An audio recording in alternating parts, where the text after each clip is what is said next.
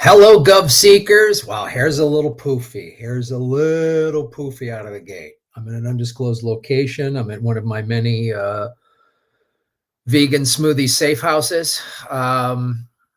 So that's what's going down. So we're got some little bit kind of a POW lighting on my face, which is nice. And we're going to have an exciting show today.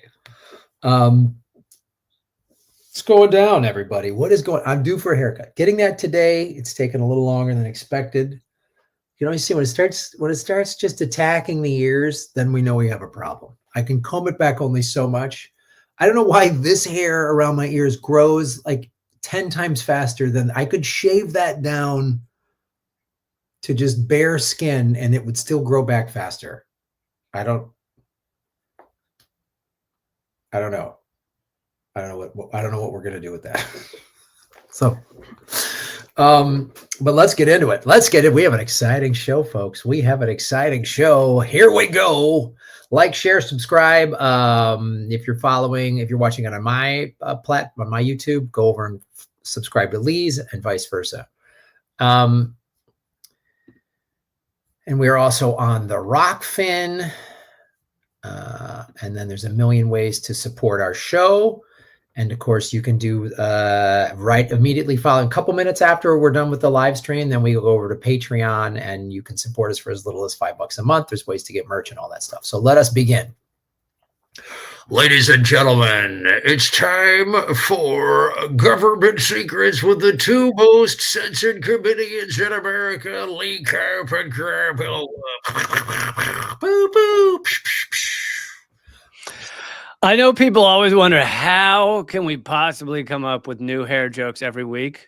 But we will persevere, man.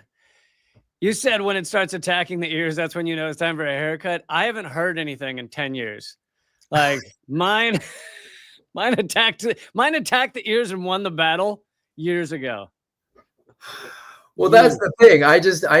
If I just give up, I'm going to just have, and my hair when it gets long is yours grows out nice. Mine goes out in a huge fro. Like it's ridiculous. Oh, you don't understand the amount of chemicals needed to just make it look this semblance of a human hairstyle. I have to grind up in a coffee grinder 6 hamsters a day just to get the oil that I then rub through here. I'm glad that you're a vegetarian that still is okay with murdering hamsters so your hair looks good. I think that's really on point. That's on brand. Do we consider blending murdering? I feel like I mean, the blender drowns out their screams, so it's not that big of a deal. Yes, right? It does. Yes, it does. That's very true. I am a vegan of things in which I'd have to hear their screaming. Out of the gate, dark. I mean, it makes sense. This episode's going to have some cannibalism in it, so we might as well just start out of the gate by blendering hamsters. Yeah. No, blendering hamsters is the lightest thing we're going to talk about this episode. I mean, yours is going to be really dark. Mine is just kind of good old-fashioned corruption and fines. On paper, cannibalism is dark. But when you no, I really want to let me hear cannibalism apologies, like apologists for cannibals. But when it's been this long and your name is one letter off from dinner, then I feel like it's acceptable. You like the jokes are like they write themselves at that point. Also, any other group that goes off and like dies and gets killed and everything, they're not known as a party. For some reason, this one specifically, the Donner Party, is known as a party. Hey, man, I mean, that's one way to go out is just party, like it's 1999 or you're freezing in a mountain trail and your family's eating you. Yeah. I mean, whatever.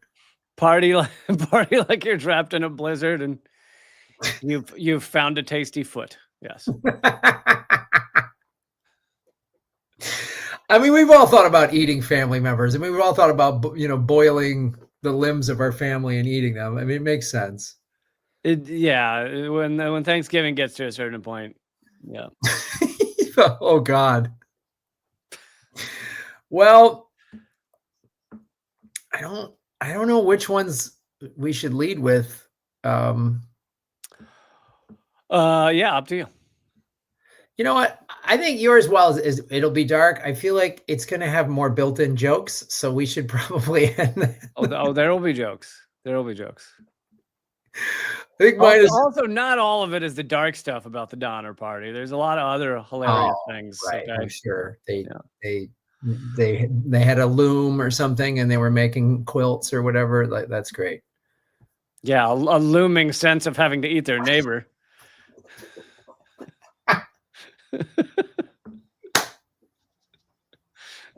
Yeah, we'll end with yours. Yours is gonna just be just packed full of jokes. Mine has some funny stuff in it, but yours is built for just nonstop jokes. Well, Lee, I wanted to talk about here we go, segment number 1. The 5 most fined companies in the U.S. oil and gas industry. This is fined and not fine. This is not the 5 most fine companies. Oh no, I know these are the fine. They're hot. They're really sweet. They're sexy companies. They're Sexy company. Okay. They're just like really like well put together. They're really well dressed and sexy as they destroy the earth for profit. You know. Yeah. Yeah. Yeah. I thought we were just going to talk about the fashion of the CEOs of the. The CEOs wore. Did you see the lace outfit at the Met Gala with the lace Rosa Parks on the young lady's twat? The CEOs of oil companies often wear that. This guy is wearing a Brooks Brothers that's made from the tears of baby harp seals that were murdered to make. Did anyone have that on their 2020 bingo card? We'll all be arguing online whether it's acceptable to have Rosa Parks in lace on your junk. It is was that anyone's big bingo? Dude, I was talking to a friend. I'm like, America is so crazy and surreal. Like it's if you take like the Mad Max movie with Charlize Theron, not the Furiosa one that just came out, but the one before that. You take that movie, you take Hunger Games, you take the original Rollerball, and Running Man with and just mix them all up. That's where we're living. Like it's like, of course the Saudis bought our president a $400 million jet. Yeah, why not? Well, because that's the least of his corruption. That's the one where people are like, are we even haggling about this stuff anymore? That's kind of nothing. I know. And then the Met Gala is so Hunger Games. It is so just, and they're so rich and privileged, and they think putting some logo on their $200,000 dress is like, I'm making a point. Like, what was it? AOC said tax the rich one year, and everyone said it was the boldest thing ever done. Yeah, really, that's the boldest thing. Tax the rich in a $200,000 dress. Mm-hmm. It is so the politics on dresses is the most bumper sticker activism I've ever seen in my life. Like it is. I mean, arguably the most accurate one or meaningful one that's ever been worn was Melania's jacket that said, "Do I look like I care?" or whatever it said. Yeah. Something like that. It's like, well, that's more genuine than wearing a $200,000 dress that says tax the rich. I know. At least you're being honest. You don't care. You're a rich kid. You were born into privilege, and you don't care about anybody. So, great. Yeah. Thanks for being upfront with us. It'd be like Trump wearing a T-shirt that says "You don't matter." It'd be like, well, it's very, very accurate. Very. Thanks. Thank you for being honest. Yeah. Make America mine. That's okay. But yeah, and then of course now we've got Bernie and Beto O'Rourke saying, "Yeah, boy, we should have spoken up about Biden's dementia or whatever." Oh, really? You guys are I'm sorry. As much as I was a Bernie supporter, I really am just like, this is I don't want to hear from him. Yeah. Yeah. No, and he also, even though it's that disgusting podcast he was on, he admitted in it. They were like, but the primary election was rigged against you, and he's like, oh, well, yeah. No argument there. Like, why didn't you say anything at the time when we were all screaming about it? Oh yeah, it was rigged against me. Yeah, well, I live in a world where I represent, I mean, my wife would agree with you. So your wife was like, what are you doing? And you're just like, yeah, who was it I heard from? I guess Shailene Woodley was in the room when they decided, and it was like her, his wife, and Ben Cohen were the three that were like, don't give in and like fight this, call out the election rigging, and everyone else in the room was like, no, you need to help the Democrats, you need to help them beat Trump, you need to help Hillary. And Bernie was just like, I mean, Bernie has a long history of kind of when push comes to shove, going along with the Democrats. I can kind of excuse in 2016. Kind of. I can understand at that point in history going, but then if you're going to run again in 2020, don't you go this time? No. Oh my God. And especially at his age, if you're going to run in 2020, at that point, you go, this is rigged. Prove me wrong. Show me how this isn't rigged. Like, because if you just go into it with like, we're going to try again. Oh, really? And let him do it again. Okay, fine. Great. The second time really makes me feel like he's a designated, sheepdog to just, and that's what this new tour going to these 30,000 people, it's like, oh, there's 30,000 people. It shows you how many people in every city are like fed up and want to change. And you're going to tell them all to vote for some organization or give money to some organization that him and AOC will be funneling, if they're not already funneling money directly to the DNC. It'll go to the Democrats. Yeah. Cause they've never shown any strong desire, or maybe any desire whatsoever to do anything outside of the Democrats. No. They never will. It's all they'll just give it's again, these speeches are just another version of the tax the rich dress. I mean, it's just, yeah. It's just these performative acts and everyone goes, yeah. And then they take the money and go to the Met Gala with a new dress, Well, it's just like, all right. So I'm doing the 5 most fined, back to the fine. Let's move on up on a tirade. The U.S. oil and gas companies have helped define corporate law in the U.S., setting a precedent across the world. The companies remind me for later when we get to the end of the show, because I'm not going to do a 40-minute tangent. At the end of the show, I have a crypto question for you. Oh, great! We're not doing it now. So just put your tongue back in your mouth and just stop drooling. I like you were like. It's funny. Your wife called me with the crypto question. She's like, I'm sorry to bother you about this. I go, oh, do you understand how much I like talking about this? I mean, do you have any idea? I go, your husband makes fun of me. I was actually just texting these answers to myself until you reached out. I was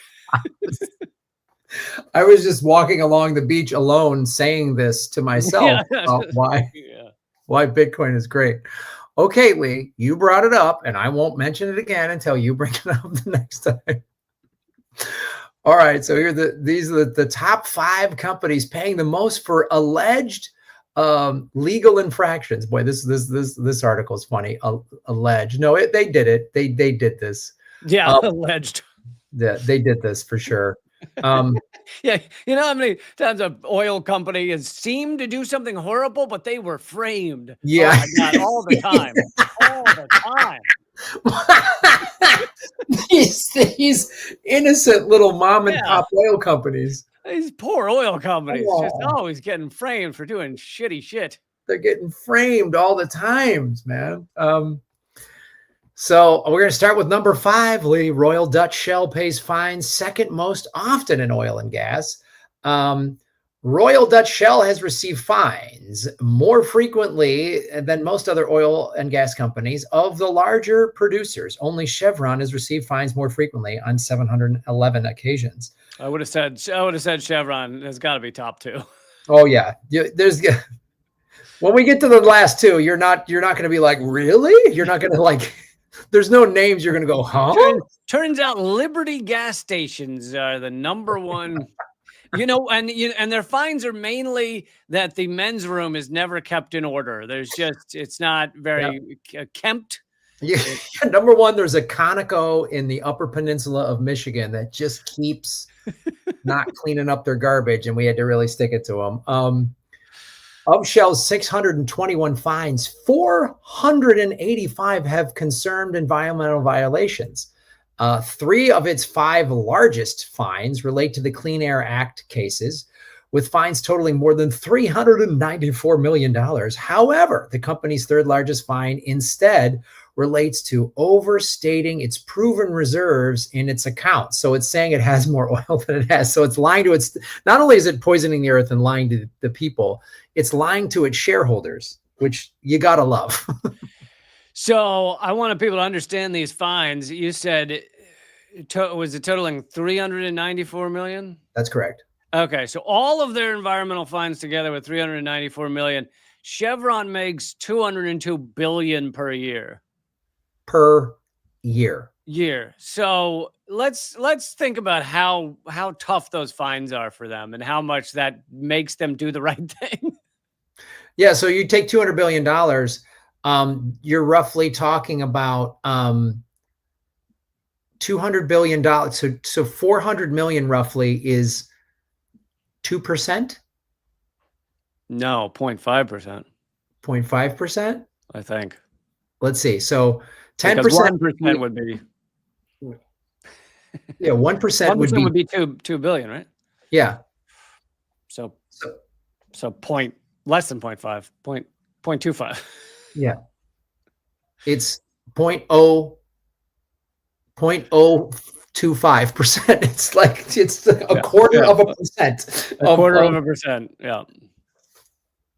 Of their yearly haul. Their yearly haul. So think about if you make 50 grand a year, what's a quarter of a percent of 50 grand a year? That would be 1% would be what? $500? Yeah, maybe. So you're talking about 1%, 50 grand a year, 10% would be 5 grand, 1% would be $500. Yeah, you're talking about $100 fine.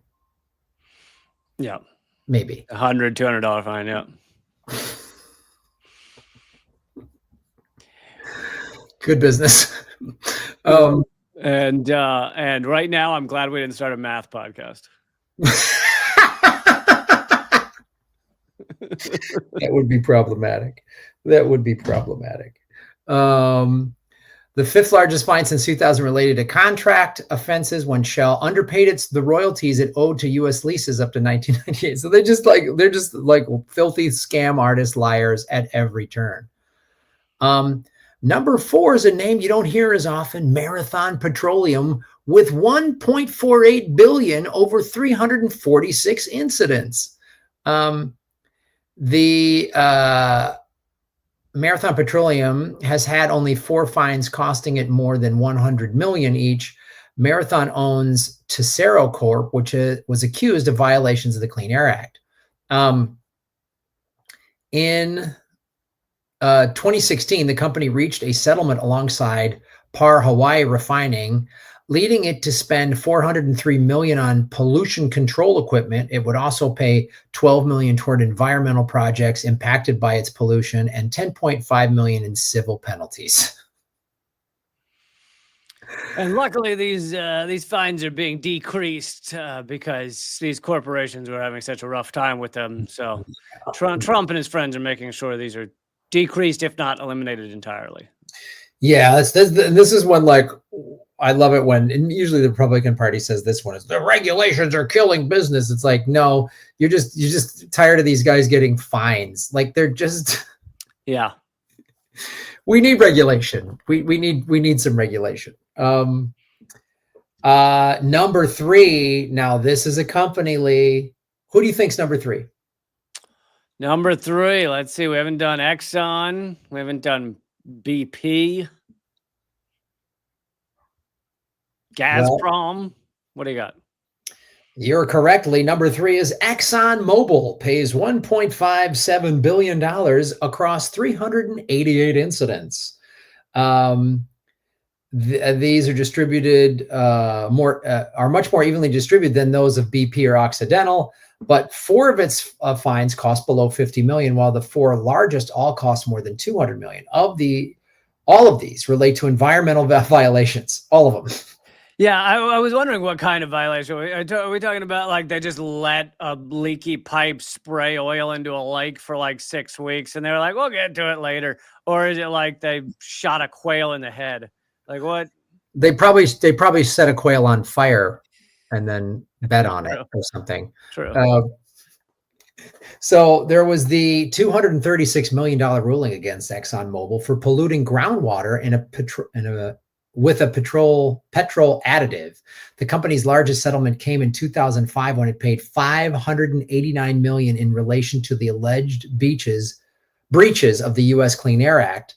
All but $18.4 million of the out-of-court settlement went towards enforcing new emissions controls at the company's 7 refineries. The government collected the rest of the proceeds, some of which funded local emissions reduction projects and conservation projects in Louisiana. The settlement was the 17th reached by the EPA under the act, which aims to reduce harmful air emissions. Yeah, a lot of this is in Louisiana. That's one of the most polluted places by these horrible gas companies. And you know, we should also give an honorable mention to all the things they do that don't get fined. So shout out. Big shout out. Oh God. Think of all the stuff that doesn't get fined because they pay off politicians and they donate to their campaigns. They pay off politicians. Some of it is just not illegal. There's a lot of good evidence that the devastation of Hurricane Katrina that killed well over 1,000 people and destroyed God knows how many lives wouldn't have happened without the mangrove swamps being chopped up and ripped into various canals for oil tankers and such. So, which have a heavy impact. Those mangrove swamps have heavy impact against hurricanes, like slow hurricanes. And so, and there'd been proof that going in like in years prior, like computer modeling had shown that that a hurricane surge thanks to these canals chopped through the mangrove swamps by the oil companies, by Exxon, I think, mainly, would create a mass flooding of New Orleans, and then that's what happened. And of course, none of that they barely even get blamed for that. No. I mean, the stuff that they've done, the stuff that they've done, just that contributes to all of this stuff, and then like these fines probably don't even cover how much of the environment, how much water supply have they poisoned that they didn't, like you say, they didn't get caught, or what are the ancillary effects of all of that? I mean, like this is I mean, we should maybe mention that they're driving us to the extinction of humanity, and they're not getting fined for that. No, they're not. And these fines are like the change in your cup in your car that you just use for parking lot meters when you find one that doesn't use debit cards or whatever. All right, we're down to our final 2, Lee Camp. Very exciting. Who do you think is the second most fined U.S. oil and gas company? I know we've already done Chevron, but maybe Chevron again?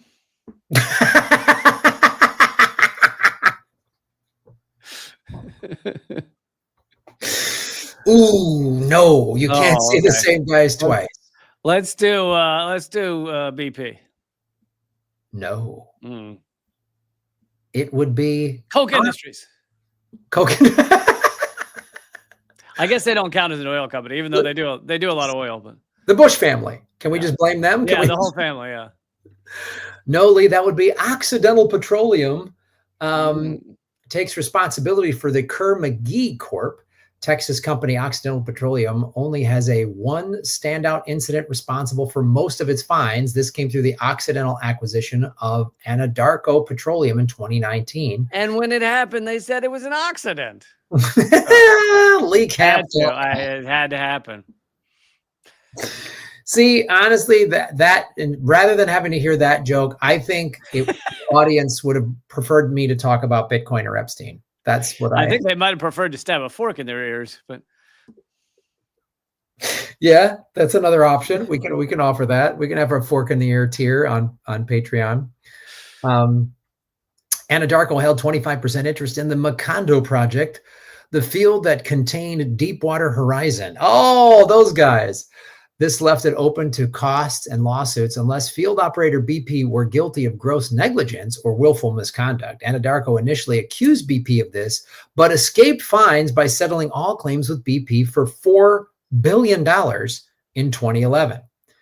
In 2006, Anadarko acquired the oil exploration and production company Kier McGee Corp. The company had recently spun off its chemical business as Thronix, which inherited uranium mines and several nuclear waste sites. Boy, these guys are doing great business. However, Thronix claimed Kier McGee had lied about the severity of the contamination at these sites. I just love that these companies are fighting with each other. Like, we want to buy this company and they have some nuclear waste sites, but they lied about it. Like, we thought these would be really healthy, clean, fun nuclear waste sites. Yeah, and we thought they'd be honest. How is it that they're not honest to us? It's crazy. It's like this drug dealer lied to me, man. I don't get it. Why would you do that? The Anadarko and Kier McGee reached a $5.15 billion settlement that marked the largest environmental fine in U.S. history at the time. The EPA said with more than 2,700 sites in 47 states at the issue in the case, the settlement addresses Kier McGee's enormous legacy, environmental, and tort liabilities. U.S. Attorney Preet Bharara said at the time of the judgment, the Kier McGee Corporation spent decades despoiling our nation's natural resources, leaving a toxic legacy for communities across the nation from Sydney, New York to the Navajo Nation. Toxic legacy sounds about right for all of them. Yeah. Yes.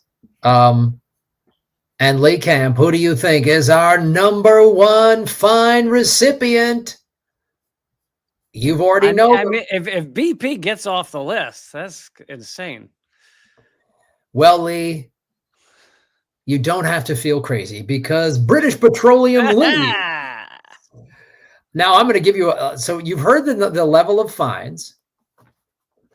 Do you think the level of fines is over or under $25 billion? I'm going to go under. Lee Camp, that is incorrect. $29.2 billion. And is it all? Is it like 90% of it for Deepwater Horizon? Yes. Yeah, most of it's Deepwater Horizon. Of course. The company's $29.2 billion of settlements leave it the third most fined company in the whole country. The only people, what industry do you think is ahead? There's two more fined companies and they're in the same industry. So BP is the highest fine of the oil industry, but of the most fined companies. Big Pharma. No. Really? What about Purdue Pharmaceutical? No. That was only 500 million. Well, yeah, but they took the company. It's closed. It's bankrupt, right? Yeah, but I don't think that constitutes as a fine. That's just criminal charges. Yeah. I mean, tomato. Weapons contractors, agriculture. Wow, they should be. You're missing a big one. Big ag. You're missing a big one. I am. Disney for all the naked cocks they have in every movie. They get fined a few dollars every time. For making She-Hulk, they got fined. No, Lee, it would be the good old banking industry has had more fines than BP, but BP third overall, number one in your hearts in the oil, third overall. Number one in your hearts. Number one in your hearts. Yeah, the only other member of the top 10 that is not a bank is Volkswagen. They got it for manipulating vehicle emissions. Yeah, the emissions. Yeah. As you stated, most of BP payments stem from the 2010 Deepwater Horizon disaster, in which the Gulf of Mexico caught fire, resulting in an oil spill of approximately 180,000 square kilometers of Gulf of Mexico. The spill reached the shores of Louisiana, Mississippi, Alabama, and Florida. Their locals were to see their beaches contaminated and wild birds suffering in the oil. That lasted 4 years. Yep. There's so many great secrets and cover-ups around that, like them disposing of dead dolphins, like in the middle of the night, to say there weren't dead dolphins. And then, of course, they did those greenwashing ads. They're like, BP's doing our part to help clean up. And it's like, you're painting yourself as the good guys for cleaning up the thing that you created. And the only reason you're cleaning it up is because the government made you. Like, the audacity of those ads was unreal. It's And the workers that were doing that, they hire young people and people desperate for a job to go along the beach and scrub this stuff, but they didn't, even though they gave them, clothing to protect themselves, they're still like getting sick and inhaling that shit. And like, oh yeah, don't even care about the workers that are fake cleaning up your awful atrocity. You're letting people that you're paying to clean up your fake cleanup atrocity. Atrocity's not fake. The cleanup was fake. And then you're letting your own people die. Like, they just can't help themselves from being evil at every turn. It's just And we should throw in one last honorable mention here. It was not an American fine, which is why it's not on the list, but Chevron, I think it was the largest single fine ever, was supposed to pay $13 billion, I think, in damages in Ecuador. We've covered that story, of course, before. And their response to being told that they owe $13 billion was to leave Ecuador so they don't pay anything there, and then go after the lawyer who won the case against them, Stephen Donziger, so that he ended up on house arrest for 2 to 3 years, basically for winning a case against them. It's a great system. It's a great system. Yeah. So that's segment number 1. Now, segment number 2, cannibals go west. Boop, boop, boop, boop, boop. All right, so we know about the Donner Party. It is talked about in most history classes. Thank you, Geocentric, for supporting the show. Thank you. But there's a lot of interesting facts about the Donner Party that are forgotten or covered up or ignored, and I think now's the time for them. Let's do it, buddy. Let's get into it. In May 1846, the last wagon train of the season left Independence, Missouri for the Mexican territory of Alta California. This is when California was Mexican. Led by 2 men from Springfield, Illinois, farmer George Donner and furniture manufacturer James Reed, the Donner Party followed the well-established California Trail as far as the Little Sandy River in Wyoming. It's there that they made a fateful decision to take a new, more direct route over the Wasatch Mountains and across the Great Salt Lake Desert. The determination was made despite the warnings from accomplished mountain man James Clyman. The Donner Party followed a path set out for them by the adventurer and guidebook author Lansford Hastings. More on him later. The Hastings cutoff was meant to save time by shortening the journey more than 300 miles.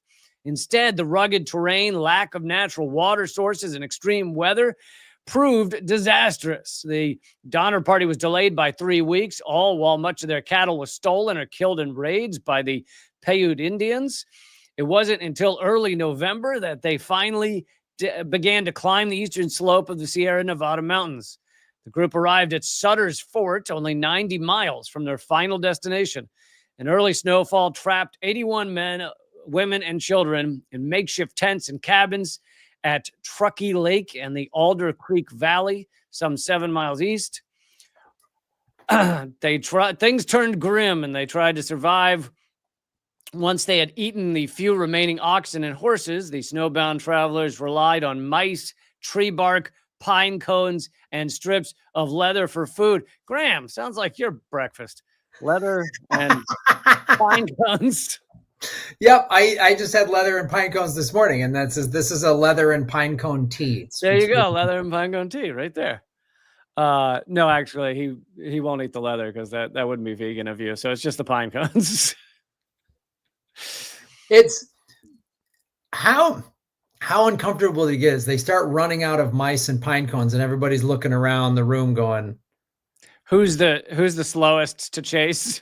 Yeah, who's pretty weak but still has enough meat on their bones? Like, yeah, I know. The skinny guy's probably safe. It's the heavier guy that's coughing that gets all the eyes. Got a bad cold there, Mike? How you doing, pal? They also boiled ox hides to make a foul-smelling glue-like substance that Graham calls his green smoothie. Yes, my smoothie can also be used for glue. That is absolutely correct. Dual-purpose smoothie. In mid-December, a group of 15 people that would later be known as the Forlorn Hope left the Truckee Lake camp to find help. Weak with hunger and carrying few provisions, they were caught in an open blizzard. They wandered lost and confused in the mountains for more than a month. Jesus. So it's like they had it bad enough at the encampment, and then somehow they found a way to make it worse for some of them. 8 members of the troop died, but 2 men and 5 women eventually made it to a small farming community on Bear River. It took 4 rescue attempts to bring the last surviving member of the Donner Party to safety in April 1847. Unfortunately, nearly half of the immigrants had perished during one of the most brutal winters on record. Many of those who lived admitted that some of the members of the party had resorted to eating the dead. And let me just add here, I give no judgment on eating the dead because I'm not religious. So it's gross, but I don't view the body after you're gone as like meaning a lot. So it's, go to town. It is, well, okay, hold on. We can't. We're not just like. Just listen. Once I'm gone, have fun, man. We're not going to add a cannibal tier to the Patreon. I want to make that clear to the audience. But there was a line in the show I was watching last night. She's like, yeah, I'm not religious. So once I'm gone, you can fuck my body. And the other person goes, Jesus. And she goes, what? Make love to my body? Fine.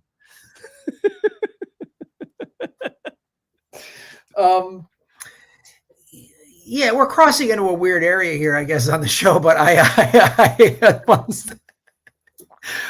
there is something people might want to look up too. When you eat human flesh, it has a negative impact on the human body. I'm glad you said look up and you didn't say from my experience. One of the reasons I'm vegetarian, I was a cannibal for years. And no, like your body starts to react. It's when they found whatever tribal communities that were cannibals, they had all of these like health issues. So I don't know, Graham. You're being a negative Nancy. Sounds like you're being a cantable. Okay. Let's not throw all these negatives in here. Are you a cannibal? Get it doneable? Or are you a cantable? Like, what is it? Let's not be a skeptic here. I'm sure there's some lovely recipes. Are you an American or an Americant? Because an American is going to eat his dead buddies in a mountain pass. Absolutely. Hey, we'll let the fans argue on who would get eaten first. Me or you, if we were in the Donner Party.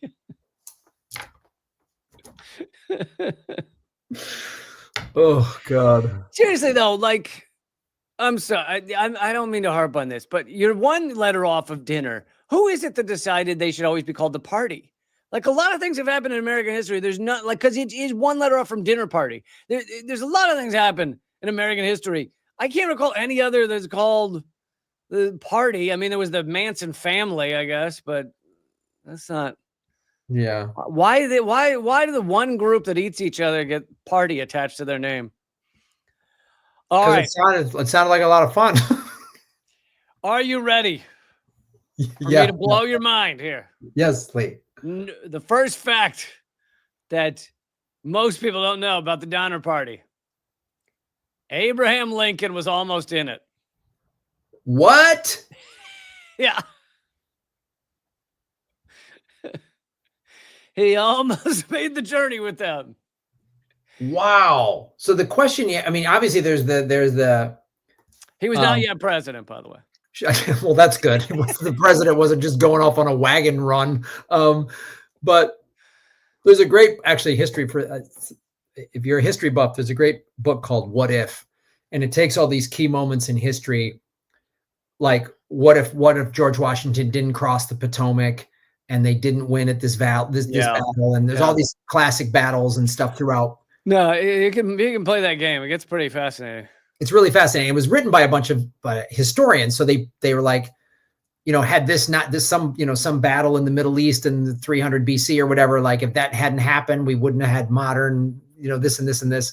And so you got to wonder, like, wow, if Abe Lincoln would have joined the Donner Party, we wouldn't have had one of our greatest presidents. But then the other side, you got to ask, maybe there's some really good, we would have had some other good future presidents that died up, right? Or some guy would have come up with some cure for something or created something that we use the person's name forever or whatever. I don't know. Yeah, it's tough to know. Or weird things like as horrific as it would have been, what if the Confederates had won the war, the nation splits into two, and then the U.S. ends up being far weaker? Maybe you don't end up with a U.S. empire with a petrodollar that is destroying all of humanity. But with a far weaker U.S. empire, you might have also, or United States, you might have also not defeated the Nazis. Although the Nazis were largely defeated by the Soviet Union. So, there's a lot going on there. I mean, you gotta weave into this too, the fact that at this time, Mexico controlled a huge, well, it was actually kind of Spain was controlling it, but they controlled a huge part of this. And what would have that, because then we had the Mexican-American War. I forget when that happened, but I don't know. A lot of it's an interesting thing to think about. And if the Donner Party had never happened, there never would have been beef jerky. But as I made that one up though. But so as a young lawyer in Springfield, Illinois, Lincoln often helped his friend James Reed, who was one of the leaders of the Donner Party, in business matters. The two had been messmates. I don't know what that, during the Black Hawk War. I guess that just means they had lunch together. I don't know what a messmate is. It sounds like some sort of dirty sexual thing, but everything isn't a dirty sex thing, Lee. They could have just been like shared a tent together. Everything is, but 90% of things are, right? Yeah. Okay. Right. Okay. Yes. We're in agreement on that. Lincoln counseled Reed through bankruptcy proceedings shortly before the latter left for California.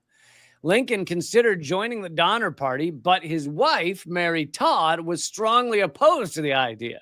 And they had a kid or kids, and she was like, how dare you want to go off on this gallivanting to California? You need to take care of your family. And apparently Lincoln was very upset that he was being kept home by Mary Todd. And it turns out that Lincoln would have been eaten. Yes. So good choice. Yeah. I mean, that's a tall side of beef right there they would have had, It's true. But 30% of his weight was beard, though. An intercepted, that's all. So fact number 2, the Donner Party's fatal mistake was taking the Hastings cutoff. But the immigrants might have returned to the main trail if they'd received a letter left for them at the southwestern Wyoming trading post of mountain man Jim Bridger. The letter was written by journalist Edwin Bryant and addressed to James Reed. It warned that the Hastings cutoff was too rough for the Donner Party's wagons. But as the trading post stood to profit enormously if the new route proved popular, Reed never received the letter. Oh. Both Reed and Bryant later suspected that Bridger had concealed it in order to improve his business prospects. Oh, capitalism to the rescue. Yeah, market economics, greed over all else. Cover up the fact that you desperately should not take this route so that he can hopefully make more money. It's so funny, like, the number, I mean, people will say, like, well, capitalism, helped, free market economy help create innovation. And I'm like, okay, that's the one thing you can kind of point to capitalism, say like, because it's this ultra competitive environment, it has fueled some innovation of some pretty cool stuff. But I can debate against that, but go ahead. oh, sweet. But even if you concede that, like you want to debate against, that's great. But let's say even if you just concede that, then stack up all of the other like greed, people killing, and all of this other stuff. It doesn't. Yeah. And there's some ridiculous propaganda group or organization called like the Victims of Communism, and they basically add everybody who's ever died around the world, and they say they're a victim of communism or whatever. And so they say hundreds of millions. But the truth is, hundreds of millions have died from capitalism and market economics. I mean, the fact that we could give clean water to the world with, somewhere between 10 and $30 billion a year, and it's never done because there's no profit in it, and instead it's a monetary loss for those who could do it. That's the number one killer of humans every year is unclean water. So just as one example, just the innovation thing real quick. I don't doubt that there's been some innovation because people are competitive and everything, but you have to weigh that against all the innovative ideas that have been shut down because in this market economic system, things are held tightly, secrets are held. There's not a sharing of information internally in a company, like inside an Apple company. Like Apple wants their workers to share. They work together to engineer things. They work together to create things. That's the best way to create. That's the best way to make technological advancements in a better world. But outside of Apple, Apple patents everything. They don't want you to learn about anything they do. They don't want to share anything. They don't want you to copy what they're doing, even if you figure it out. I mean, they have patents on, I've mentioned this before on the show, I think the curvature of the corner of the iPhone, like every minuscule Amazon did or thinks it has a patent on the idea of one-click buying. Like no one else is allowed to have one-click. Like it's just insane. So a lot of what our market economics does is shut down innovation. But well, it shuts it down for that reason. It also, it's like if you create something, let's say use Apple as example, somebody goes, I have a computer that'll last 20 years. They'll go, no, you won't. No, you don't. They need a new one every 3 years. Get rid of that one. Or you look at the investment in treatments rather than cures, and you actually have leaked memos from Goldman Sachs telling their biggest investors don't invest in cures. The money's not in that. The money's in treatments. Well, that's shutting down innovation. We don't want to fight to create cures. We want to fight to create treatment that we can make a lot of money from. And that's capitalism. Okay, let's keep going. So yeah, the letter that would have told them not to do it was covered up. Number 3, tensions were running high well before the Donner Party was trapped. Around the time they rejoined the California Trail near modern-day Elko, Nevada, a fight broke out between two Teamsters over tangled wagons. I don't even know what that means, but when James Reed intervened, he was whipped for his efforts. He pulled a knife in self-defense, killed his attacker, John Snyder. Yeah, it's arguable. Like you're getting whipped and you kill a man. It's like he wasn't killing you. He was just, I don't know. The whole there's some interesting arguments about self-defense. It's like if you punch me and I pull out a gun and shoot you, I don't like. Right. Shortly afterwards, a German immigrant named Karl Wolffinger stopped to cash some of one of his wagons and never rejoined the wagon train. 2 men who went with him claimed that he had been killed by Paiute raiders. Months later, as one of the men was starving to death, he confessed to murdering Wolffinger for his gold. This is just a crew of great guys, really. Wow, just a nutbag party. Yeah. Just whips and murder and yeah. Of course they went to cannibalism when I know. They seem a little unhinged, especially though. Let's be honest, it's the men that seem unhinged. In December 1846, the members of the Forlorn Hope, so that was the group that left looking for help, were forced to resort to cannibalism to survive their brutal ordeal. First, they consumed the 5 immigrants who had died from starvation and exposure. I think this article and other articles are using the term immigrant to mean all of them because they're all traveling. Right. But anyway, died from starvation and exposure. So first they ate those 5. However, the group had been joined with 2 Miwok men who had refused to eat the dead party members. Still starving, the Forlorn Hope group shot and killed the 2 outsiders before eating their bodies. So it wasn't, the Donner Party was not exclusively eating those who had died. In at least 2 instances, they killed 2 Miwok men to eat them. Oh. And I love that, like, it seems like part of the reason they ate them was because they said they refused to eat the other people. And it's like, who do you think you are? What do you mean you're not going to eat our friends? Yeah, I think it's morally wrong to eat another human being. I don't. Boom. Just dead. In April 1847, so this guy ends up being one of the villains of the Donner Party. Louis Keseberg was the last survivor to be rescued. In his cabin, he was found to have pistols, jewelry, and gold belonging to George Donner. He also had a pot of human flesh. Keseberg claimed that George's wife, Tamsin, had given him the valuables for safekeeping shortly before she died. However, his rescuers accused him of murder and almost lynched him. For the rest of his life, a cloud of suspicion has hanged over Keseberg. After James Reed killed the man in self-defense, he was banished from the wagon train. Forced to leave his wife and 4 children behind, he rode again on horseback. He made it down the western slope of the Sierra Nevada in late October and organized a party to bring food and supplies to the others. Unfortunately, he was turned back due to deep snow. Most of the able-bodied men in Alta California were caught up in the Mexican-American War. Reed traveled to San Jose to try to raise another rescue party, but volunteers were hard to find. Basically, if there hadn't been the Mexican-American War, it's quite likely these people would have been rescued sooner. It feels like maybe it wasn't such a bad thing that some of them weren't rescued. Like some of the bad ones. I mean, unfortunately, unfortunately, most of the people in the group were women and children. So, well, here's one of the heroes. Graham, you look like you need to hear about a hero.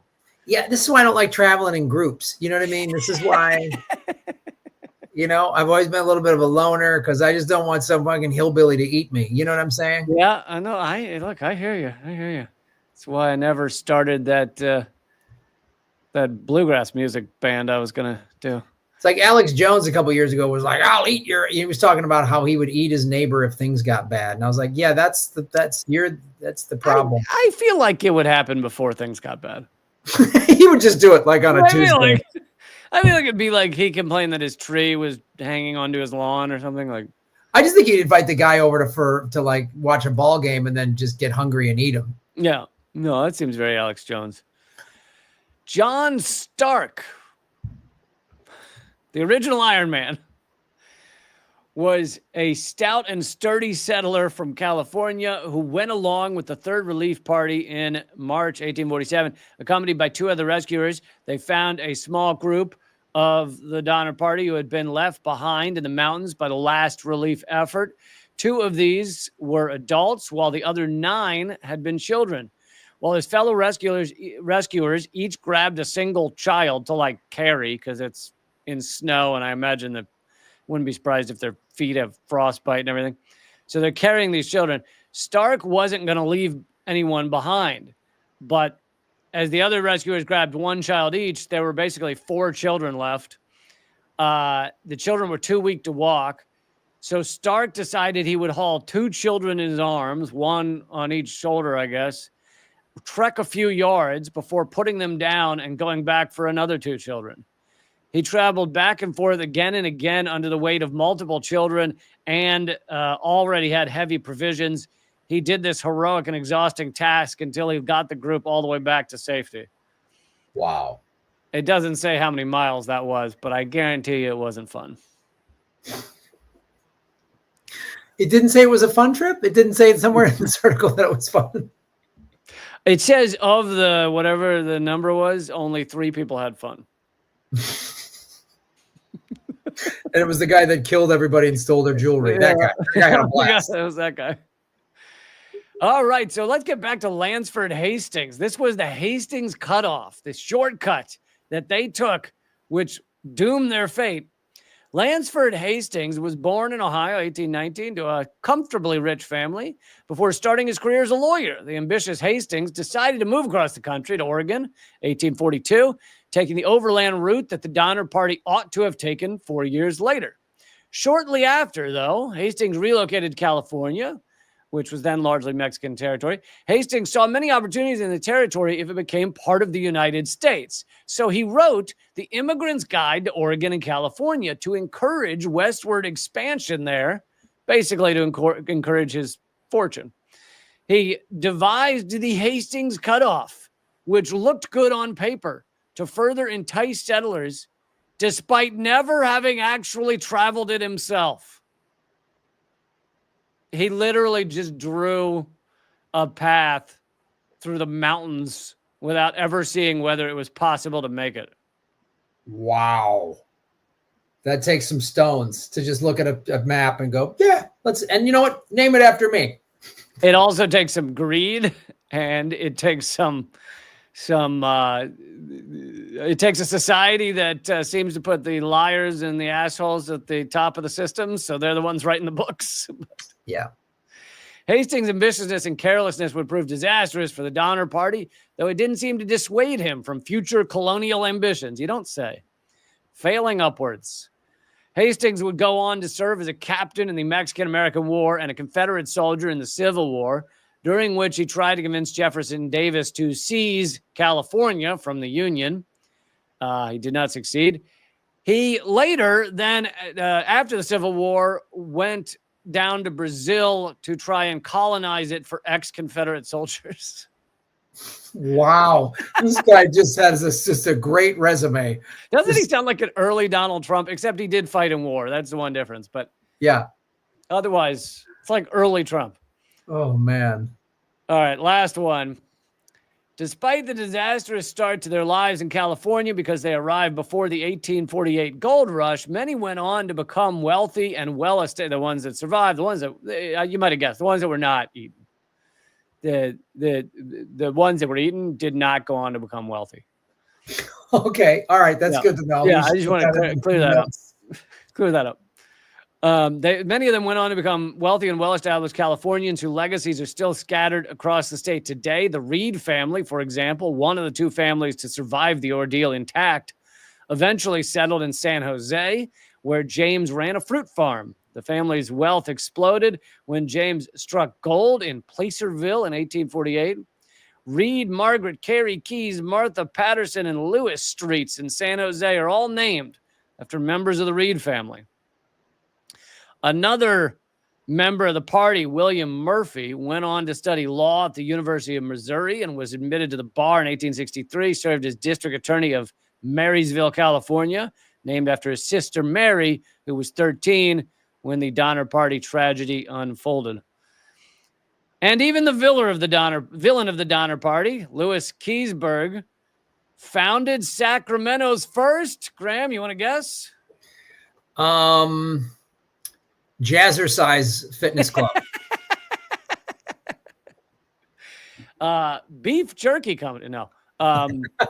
Sacramento's first brewery, introducing lager to California. Oh, God. What is this? Just like the boiled skull lager? Or what is this like? It's the good eating lager. Oh, it's a human jerky ale. Yeah.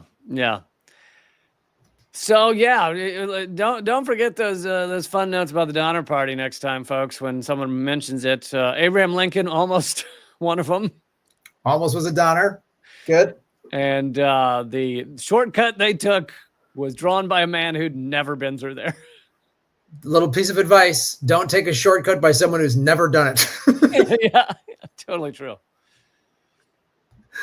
All right. Well, that's what was the crypto thing now before we the crypto question. And I know you can just kind of look at the price and see what things are doing, but now that it's seen, they're pushing this crypto bill through Congress, right? It seems that it's going to it's for stable coins, which is not Bitcoin. Just pins it to $1, right? So is that in one way, you think it's good for Bitcoin because it shows support of crypto, and the other way it's bad for Bitcoin because it shows the government is going a different direction than just accepting Bitcoin. Yeah. I agree with it. It is both of those things. So what a stable coin is, people should understand. What a stable coin is, its functionality is useful. So what a stable coin does, let's say you bought a bunch of Bitcoin, you bought it at, let's say, 80K a couple months ago, and today it's hit, I think it's hit a new all-time high or close to it, 109, and today it got to 109, and you sold it, and you had and instead of having to sell it and cash it out to dollars where you'd have to pay capital gains tax, you could convert it to a stable coin, which is USDC. A stable coin it's the value, and a stable coin doesn't get impacted by the market the way a cryptocurrency does. So then you could keep that stable. So then let's say you bought one Bitcoin a couple months ago at 80K, you sold it today at 109. So you have a $29,000 profit. Yeah. But you want to keep that in a stable coin. You could keep that in a stable coin. So that's the purpose of a stable coin. You could also, it can be used for payment. I know people who work remotely for crypto or Bitcoin companies, and they're paid in stable coin. Let's say you make $1,000 a week as an employee. I could pay you in USDC. So it's a stable coin. And then that stable coin, you could cash it out for dollars. You could buy Bitcoin, Ethereum, whatever you wanted to it. So the functionality of it is a good thing.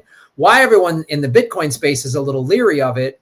So yes, passing this bill overall would be good for the Bitcoin price. That's why we're surging, and we're about to break a new all-time high. When it hits 110, if it hasn't already, that'll be a new all-time high. But what the fear of it is the thing that everybody likes about, what Bitcoiners like about it is I can send you money and the government can't get involved at all. So a stable coin is scary and dangerous, because if they force all of us to use stable coins, well then, Lee, they can freeze your stable coin because you're a terrorist, or you're against Israel's genocide or whatever. That's the problem that people don't like with it, because the beauty of Bitcoin is we can send it all over the world. And the government, if you know how to smartly protect your Bitcoin so it can't get stolen in a cold wallet, and the seed phrases and whatever, there's a bunch of options for that, then they can't just seize your money. But a stable coin, if they force us all to buy and sell everything and use stable coins, then they can. The other thing too, and a politician just said that, he goes, this guy, and this is what's scary, and he said, if somebody uses $100 bill, we can't track what they're buying with it. But with a stable coin, they can say, oh, wait a minute, you donated to which thing, or you bought this, and they'll say it's to protect us so that you can't use it for criminality. Yeah, they'll say all that bullshit. Yeah. But it's really to track all of us, and because look at what they did. They can shut down bank accounts if they find you, if they don't like you for whatever reason. And so and you're welcome to count yourself in the group. Do those who are like 100% into Bitcoin and I don't know, really excited for where it's headed and everything, do they believe that so the stable coin is then endorsed by the US government? It's the thing they put their energy and their power behind.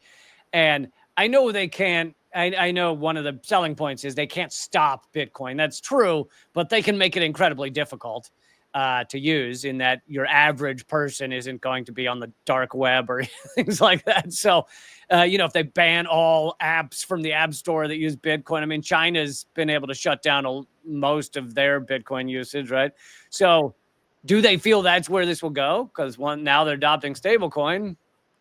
Well, a couple of things here, and thank you, Stefan Radev, if I said that correctly. So there's a couple of things here. China has tried to shut down Bitcoin, and it can't, because it is decentralized and people can use it. I know, Graham, but when you make something illegal, it's kind of like Gmail is illegal, Google's illegal in China. People can use it with a VPN, but not everyone wants to get a VPN. Some people are just afraid of the government, so they're not going to get a VPN. So it greatly decreases usage. Yes, you could do what you're talking about. The government could say, "Oh, Coinbase, you can't use Coinbase. It's illegal. You can't use these apps to buy and sell Bitcoin."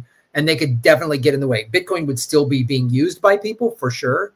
I don't see that as an issue just because now institutional money is in Bitcoin and they have a lot of say with the government. That's why this bill is being passed, not because a bunch of Bitcoin nerds on Twitter advocated for it. It's because real money got involved and said, we want this. So it's yes, the government. So the way, and I don't want to speak for all Bitcoiners, but the way a lot of the Bitcoiners that I speak with in this, and I'm in this camp as well, is this is sort of it is not a great thing overall, but it's they're sort of like useful idiots to a certain extent. And it's another reason why I'm a huge advocate for, if you are going to own Bitcoin, get it on a cold wallet so that if they force you to do all this stable coin crap, you still have your Bitcoin away and outside of their system that you could use. Because I think there's a saying, you can't change Bitcoin, Bitcoin changes you. So these governments are going to try all of this stuff. And at the end of the day, they won't be able to do it because Bitcoiners will just work around, because that's why Bitcoin was created, and whoever created it is so that it can circumvent all of this government regulation. So in the short run, they might be able to stop it or slow it down. And what they mean by Bitcoin changes you is you end up talking about it so much that you lose your friends. So then you live a very different life after that.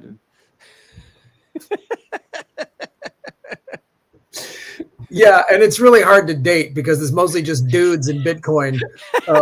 Yeah, not a lot of women all in on Bitcoin. Oh God, the ones that are, they're already beautiful and they're already married. I mean, like it's. So for those, I hope you don't mind me telling this story real quick. For those who don't know, Graham went to a Bitcoin conference or whatever it was, and wasn't it your first trip to El Salvador? Was that it? My first trip, no, I didn't go to my second trip was at a conference, but yeah. Yeah. Anyway, something about a Bitcoin conference. And a lot of the people who, the kind of early adopters of Bitcoin were these kind of, there's a portion, we'll say a percentage, that are these libertarian freaks that are pretty weird dudes. And we were like having lunch or something. And I was like, watch, Graham is going to be like, this is the most wonderful thing in the world. He's going to come back with a woman on a leash. It's like, dude, it's just it's like a utopia down there. Who's she? Well, there's no women on leashes, Lee, you psychopath. But and it should be noted that Lee Camp does own Bitcoin, but you and Ron make fun of me mercilessly, even though I got both of you into it. I've orange pilled both of you. But yes, I do stand out in the Bitcoin space because it's a lot of libertarians. It's a lot of center right people or some full on right. There's not as many big lefties in Bitcoin. There are some lefties in Bitcoin, but but yeah, I'm in another obscure, weird little niche. But I will be at the Bitcoin conference in Vegas next week. So if anyone wants to, there you go, folks. There you go. One thing I wanted to say, we don't say this enough. For those of you who watch the video, this is a podcast, and that's kind of one of the main things it is. So please check out the Government Secrets podcast wherever you listen to podcasts, and make sure to give it a rating. And the other thing is we are headed over to do an extra segment at patreon.com/government secrets. The moment you join up over there, you get like 80 some extra segments unlocked. Yes, this will be our 82nd, I think, bonus segment. And then also the only place you can get any sort of Government Secrets merch is over on Patreon. You can get a Government Secrets t-shirt. You can get the mug, the sticker. So it's a great way to support us. And you get to tell your friends that you're smarter than them because you listen to this show. Yeah. All right. See you over there. Thanks, everybody. This has been Government Secrets, episode 182. Donner Party good times and the oil companies rock and roll. Thanks, everybody.